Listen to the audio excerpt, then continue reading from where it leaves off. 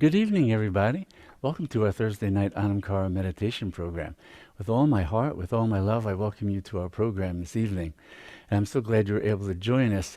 And you bring the power of practice. You bring the power of presence. And it's really practice that allows us to experience the fullness of the presence of the truth of who we are, the infinite, the divine. And satsang, this gathering of keeping the company of the truth is you are the divine. All beings are divine. All creation is the divine. And so we do practices to know that and to clear the mind of all the old conditioned patterns that have us relating to the world and others in such contracted ways, such painful ways, painful for ourselves, painful for others. So meditation and the practices that we do are to clear away the conditioned mind, all these old patterns that have us seeing otherness and separateness and divisiveness and irritability and all the different things that we're so familiar with the mind going on out there. Well, out there is actually in here. So that's why meditation really is focused on how do we clear that. And so we get together on these Thursday evenings and doing our practices at home in order to be able to see through the veil of the mind and to clear it. So I'm just so happy that you're able to join us this evening and are bringing the fullness of your presence and your practices to this evening. And we're going to start out with just doing a simple practice combined with the breathing. And we've been doing it just as a way of helping to settle the mind and be able to step back from the cloud of thoughts that so occupies the mind. And it's very simple. We've been doing it along with the harmonium. And we slow and deepen the breath because the yogis discovered this several thousand years ago. But now we have a tremendous amount of physiological research and my background in biofeedback and everything like that, being familiar with that research, that when we slow and deepen the breath, it changes many things about our whole neurophysiology. Our whole cardiovascular system changes. What goes on in the brain changes. So just by doing this simple practice and doing it for longer periods of time, kind of just letting go into it. And we do it along with a very simple mantra that goes with the breath, silently, inhaling as we hear in our mind, as the breath comes in, and hum as the breath goes out. Just silently as we follow and allow the breath to slow and deepen. Ancient mantra simply means I am. But it's the I am awareness of I am the infinite. I am the divine. I am that I am pure consciousness that has become all that is. I am that. That's all wrapped up in just two syllables. And really the consciousness that gave birth to those two syllables. That consciousness is what we're dialing into. That's what we're becoming attuned to. That's the root consciousness of our existence, of being, of ourself. That is true. It's what's called sat. Sat means the truth. So satsang is the gathering and keeping the company of the truth. So here we'll be just doing this very simple inhaling. As the breath comes in. And then exhaling. Hum as the breath goes out.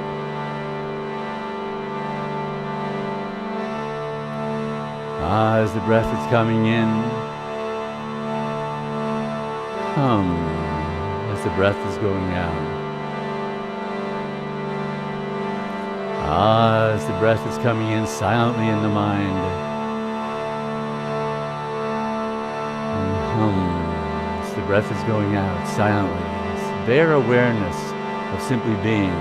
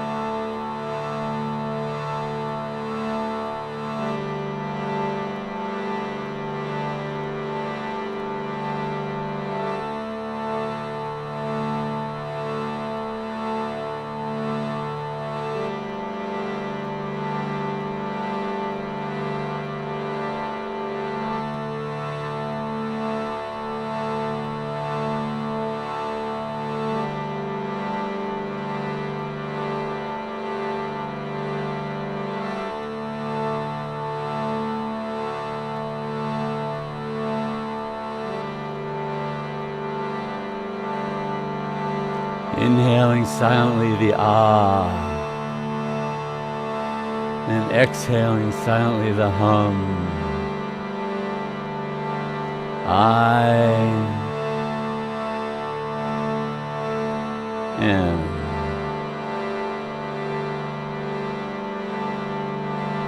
I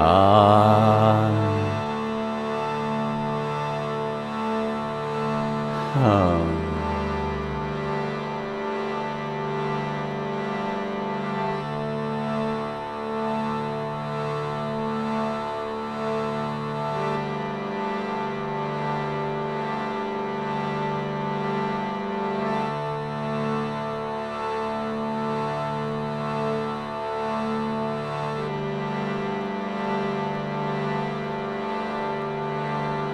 Ah, as the breath comes in silently,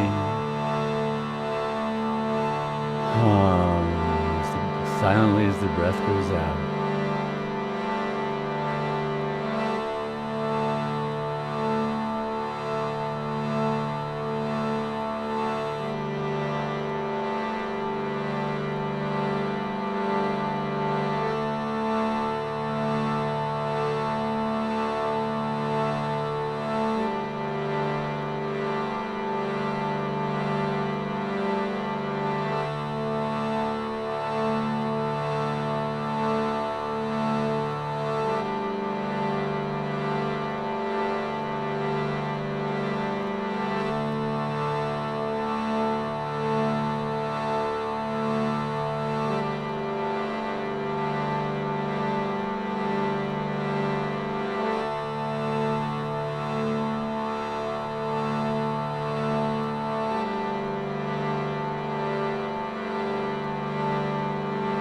And just continuing to breathe, just continuing that slow and deep, steady breathing that helps to ease the nervous system. Let it just come to rest. And then we help ease the mind by giving it a gentle place to rest. The ah silently as the breath is coming in. The hum silently as the breath is going out. That's where the mind is invited. Let go of any other thoughts or things that might be going through that inner space of awareness. To just come back to the ah as the breath comes in. The hum as the breath goes out.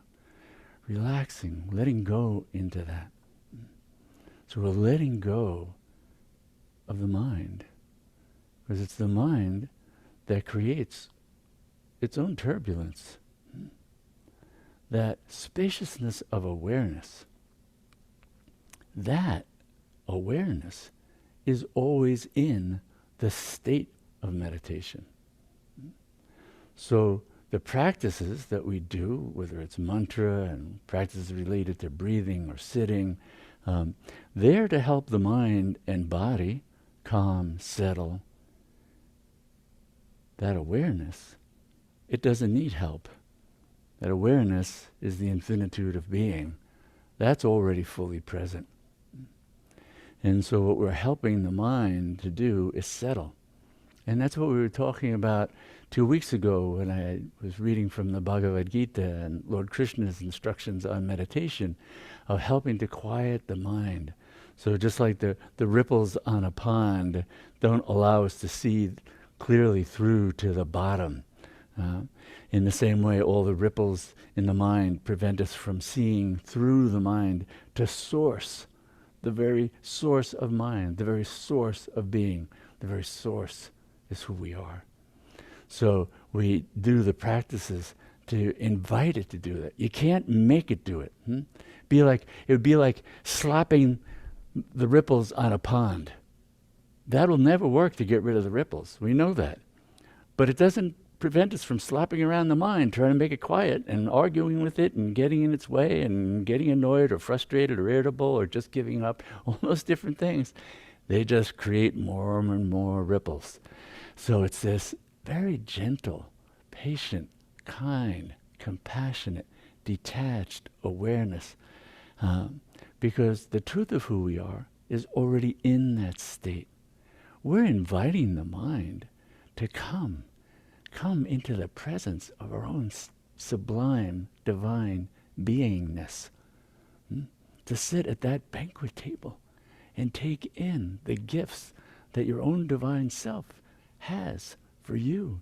The gifts that Buddha talked about as the four immeasurables, the boundless love, the boundless compassion, the unshakable equanimity, the rapturous, ecstatic joy.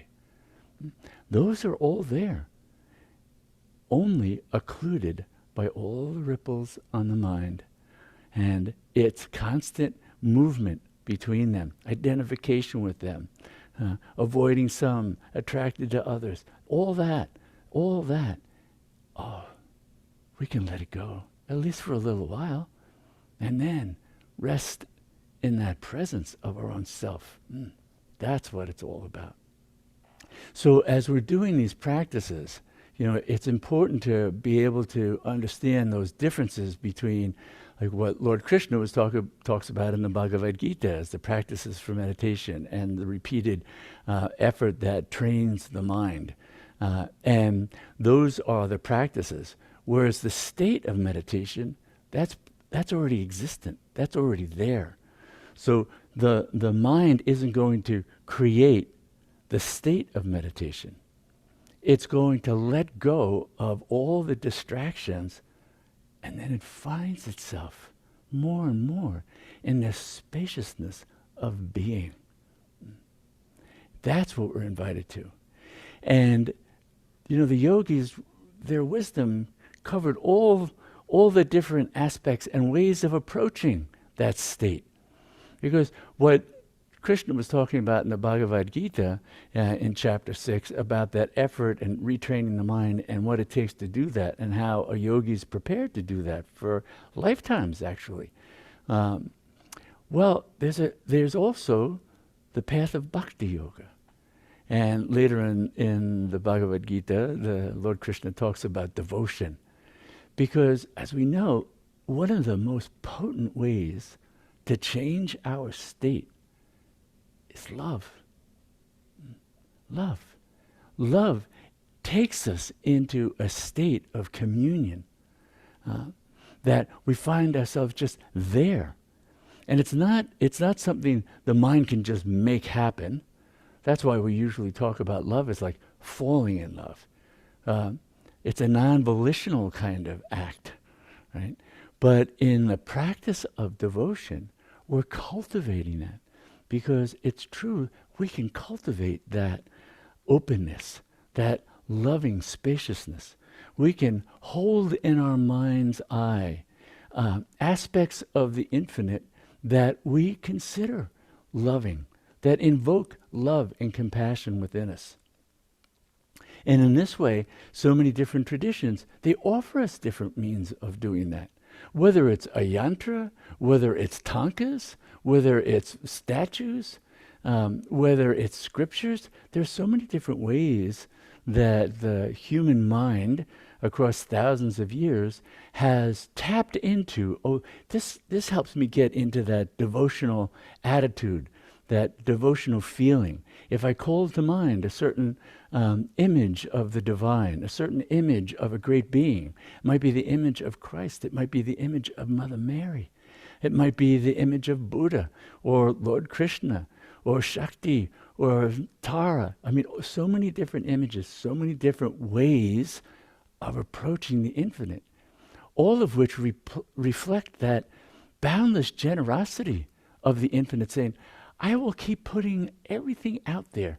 Whatever is going to trigger love, inspiration, I'll put that in your environment.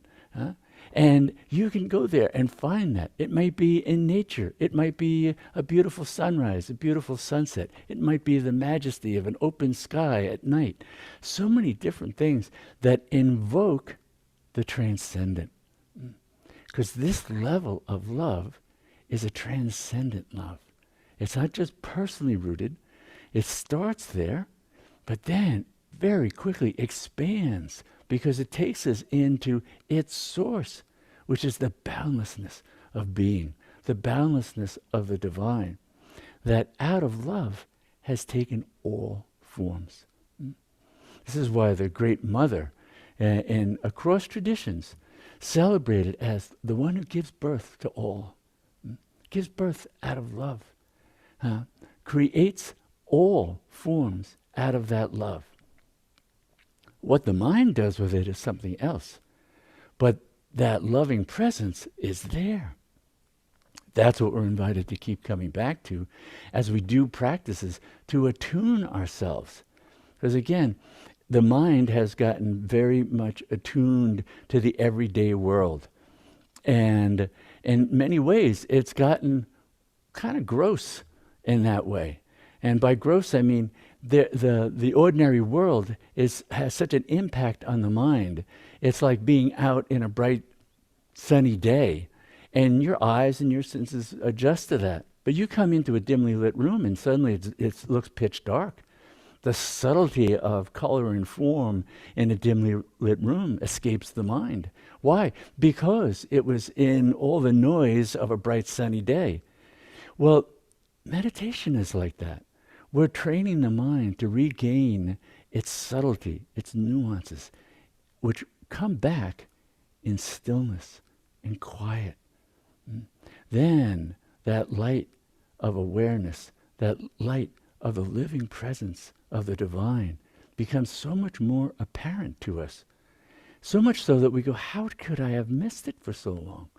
Of course, then the mind gets going and it's lost again. Then we have to become quiet and still until ultimately we begin to notice it's always there. Always. Right here, right now. That's what illumines your experience. Without that light of consciousness, you wouldn't see the screen, you wouldn't hear my voice, you wouldn't sense your surroundings. None of that would exist without the light of consciousness that illuminates it. But our habit of mind is to always be roaming around what's being illuminated. So another component of the practice of meditation is to turn our attention to source. We've wandered around the senses, the world, the inner world of thoughts and feelings, emotions, reactions, dreams, and images for lifetimes, literally. Meditation invites us to go, what's the source of all that? What is the source of all that? What's illuminating that even now? What illuminates everything? Everything. Without that light of consciousness, even the sun would be dark.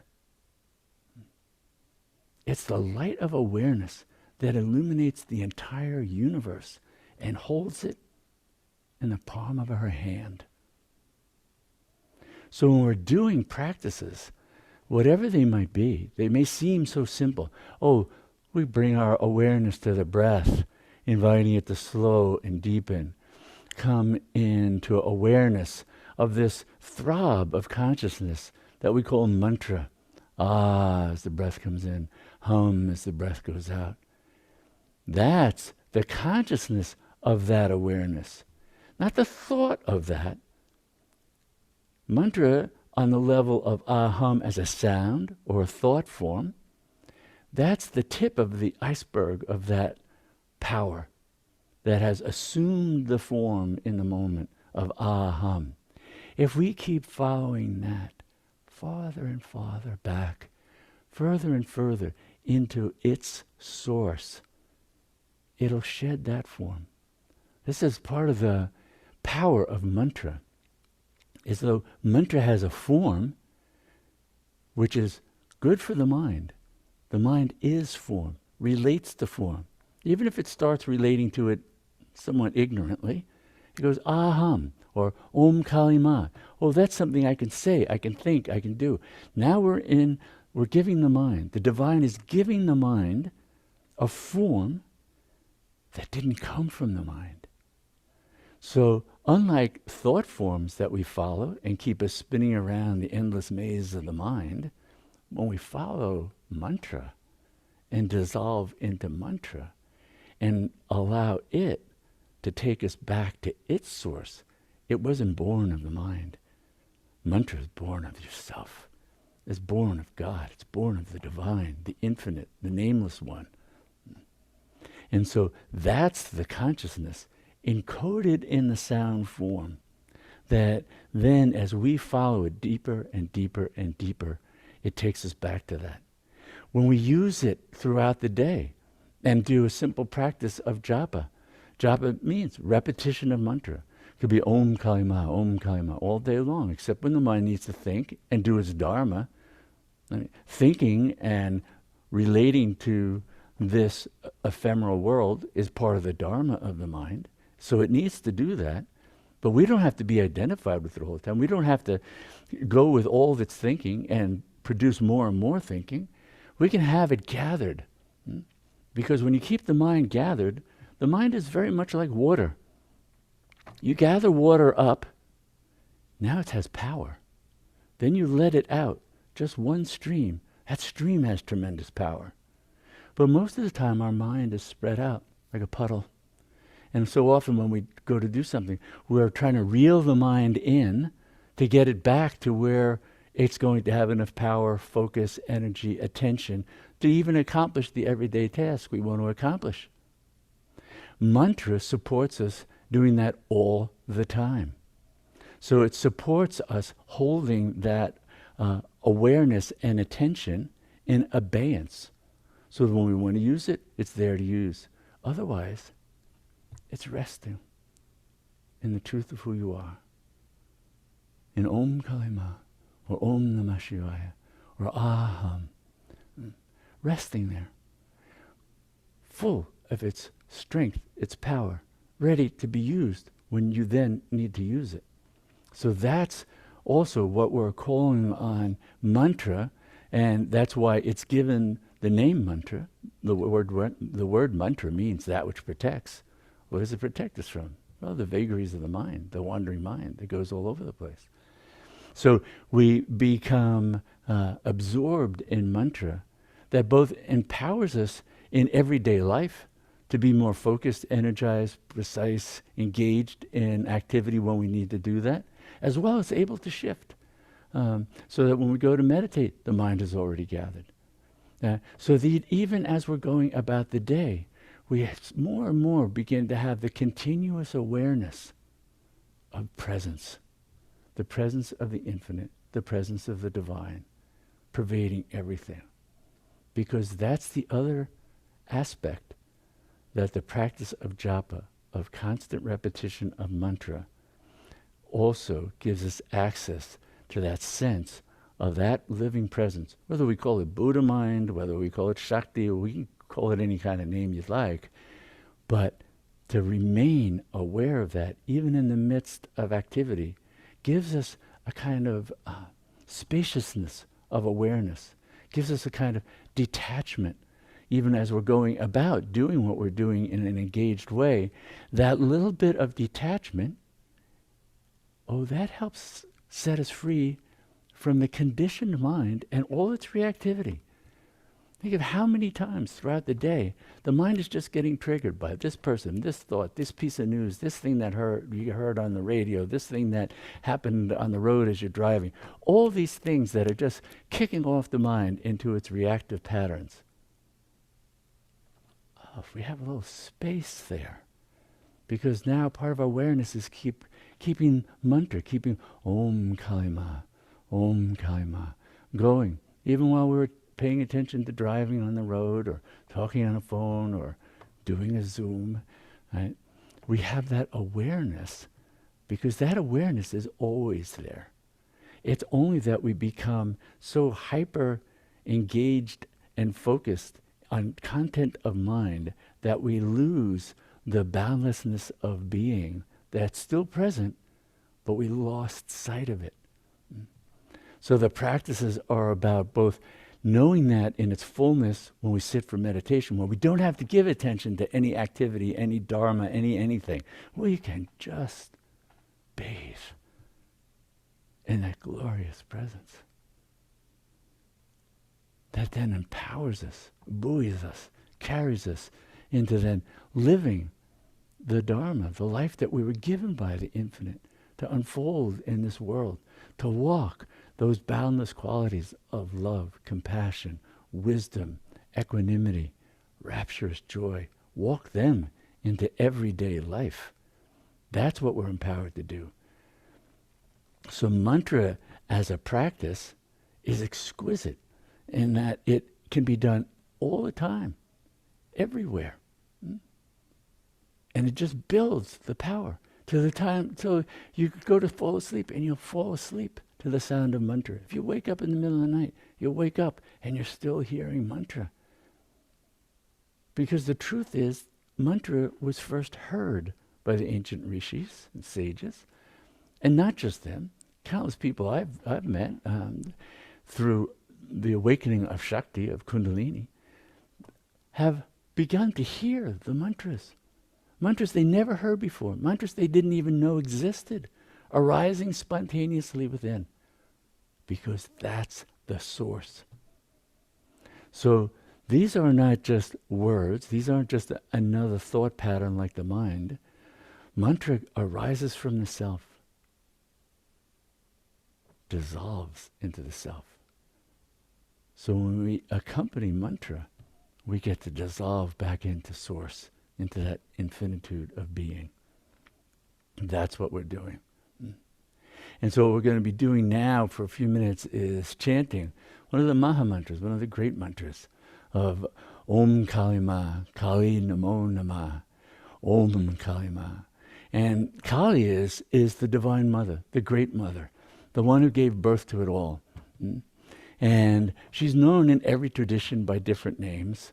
And this is the Mahakali Yantra, right? But also the black Tara and red Tara, the Tara tradition and the Buddhist tradition grew out of the Kali tradition, right? So it's the same, this power of the infinite to create, sustain, dissolve, conceal, reveal the universe, this play that we then are able to sort of see behind the curtains. Because you're saying, come on, now let me show you what's really going on. Right? It's this unfolding of the play of Shakti as your own self. Here, I'm illuminating your mind right now. Here, you wouldn't be able to perceive that thought, that feeling, that notion, that reaction, anything, without that living presence. It's always here. It's always now. In dream sleep, it's illuminating dreams. In deep sleep state, it's illuminating that continuous awareness of nothingness. It's always illuminating what is. That's what we're tapping into. So we'll be chanting Om Kalima, Kali Namo Namah for a few minutes. And then we'll just be sitting in the silence, in the stillness. And anytime the mind moves, just keep bringing it back to Om Kalima, Om Kalima. Sometimes you may find it helpful to repeat it quickly. Om Kalima, Om Kalima, Om Kalima, Om Kalima. Sometimes it might be Om Kalima. Fast, slow, doesn't matter. But if it disappears, and then there's just stillness, no thought, stillness. That stillness is also a mantra on a subtler form, because that stillness is pervaded by a throb of awareness. It's stillness that is aware. The awareness is the Shakti. It's the awareness that took the form of mantra to draw you back into beginning to see, pure awareness. And at first, when you enter that stillness, you're not aware of the boundless nature of the stillness, the vast expanse of stillness, the stillness that holds galaxies and universes like they were pebbles. That's how vast it is.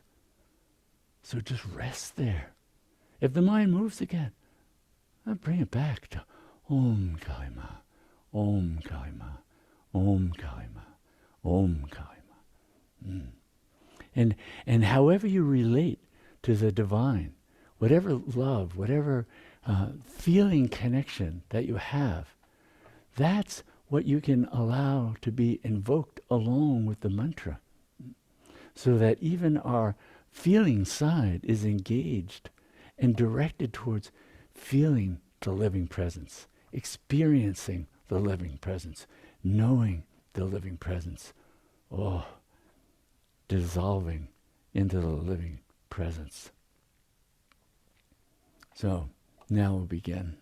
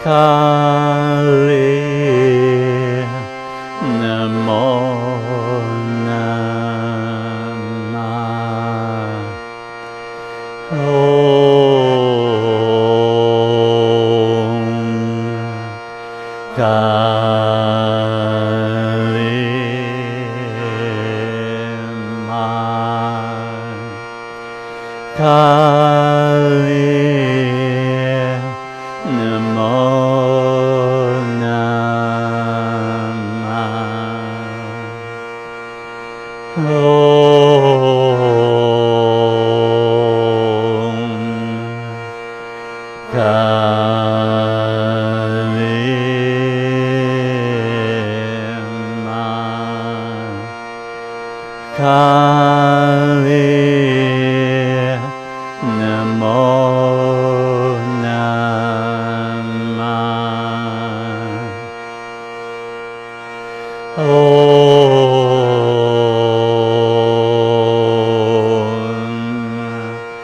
Kali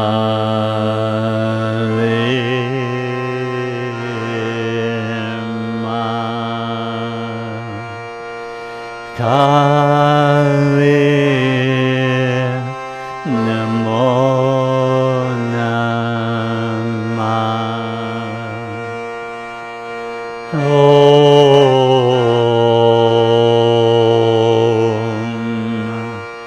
Kali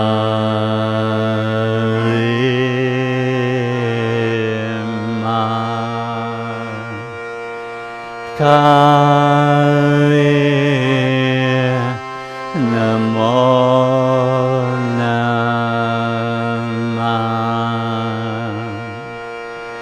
Om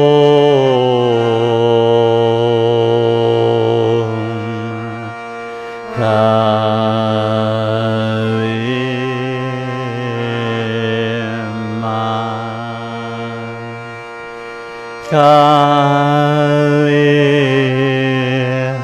Namo Namah.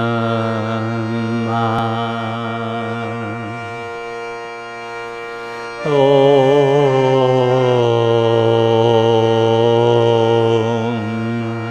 Kali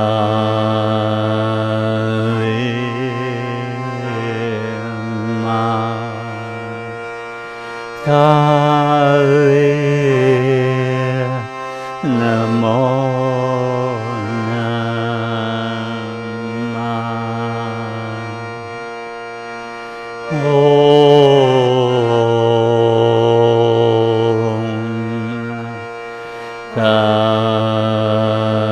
Kali Ma Kali Namo Namah.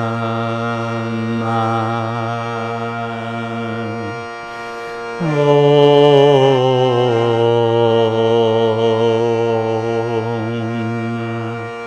Kali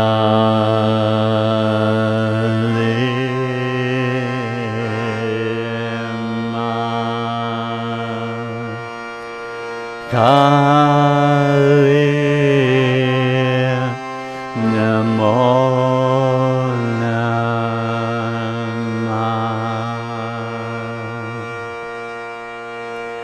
Om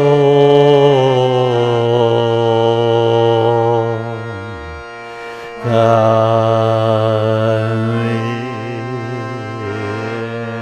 Ma Kali Namo Namah. Om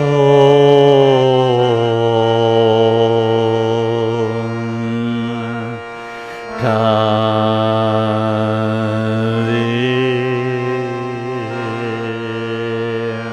Ma Kali Namo Namah.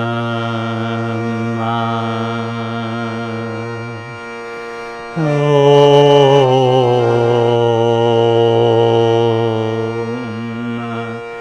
Kali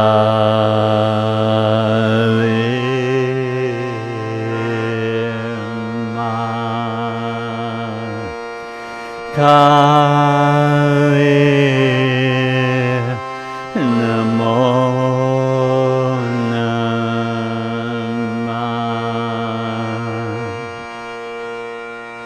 Om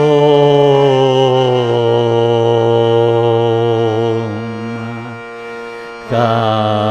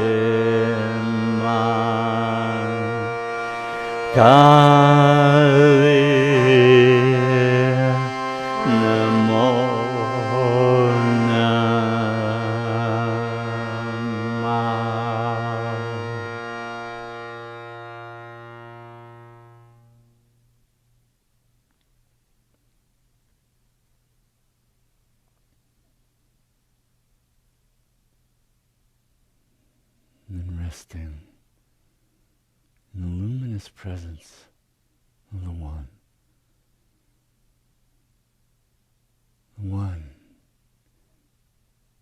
illuminating the mind, repeating the mantra. The One illuminating the breath, coming in and going out. The luminous One is always with you, always present. Turn your attention to that luminous One. Discover the nature of that pure light of the divine that has illuminated every moment of your life from the time you were born. Om Kali Ma, Om Kali Ma, Om Kali Ma.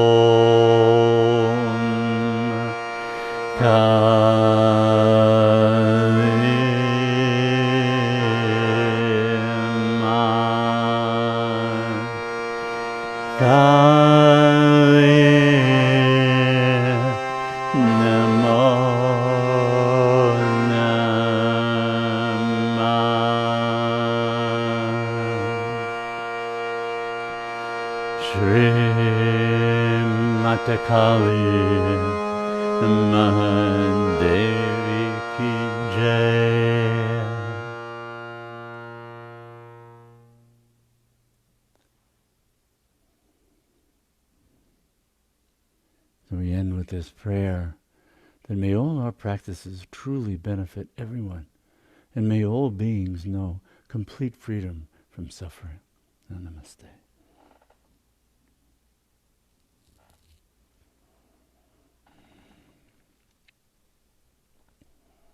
That pure light of the infinite, the divine, illuminating every moment, illuminating here and now, illuminating thoughts and feelings, memories, sensations, what appears to be an outer world, an inner world, all illuminated by the One, all born from that One. Just as mantra is born of the infinite, but it retains that purity of knowing. The consciousness encoded in mantra is the consciousness of I am. The awareness, I am all. That's all there is. So we keep coming back to that. We keep coming back to it all day long. So we begin to more and more see that continuous awareness of the One. Well, that's the state of meditation. The state of meditation envelops, it subsumes the states of waking mind, dream mind, deep sleep mind. They emerge out of and exist within that boundless consciousness of your own divine, sublime being. So take hold of mantra over and over throughout the day. Listen to chants. Listen to it in your mind. Listen to it. Say it out loud. Sing it. It's a refuge for the poor mind. The poor mind is restless in part because it hasn't found the true seat of the mind. So when you sit in an uncomfortable chair, you can't get comfortable. The mind will never come to rest, roaming about the world and its senses. That's not the seat of the mind. The seat of the mind is the divine within your own self. Know that and see that's where the mind comes into absolute stillness. Because it's in that stillness it can fully revel in divine presence. Come back to that over and over.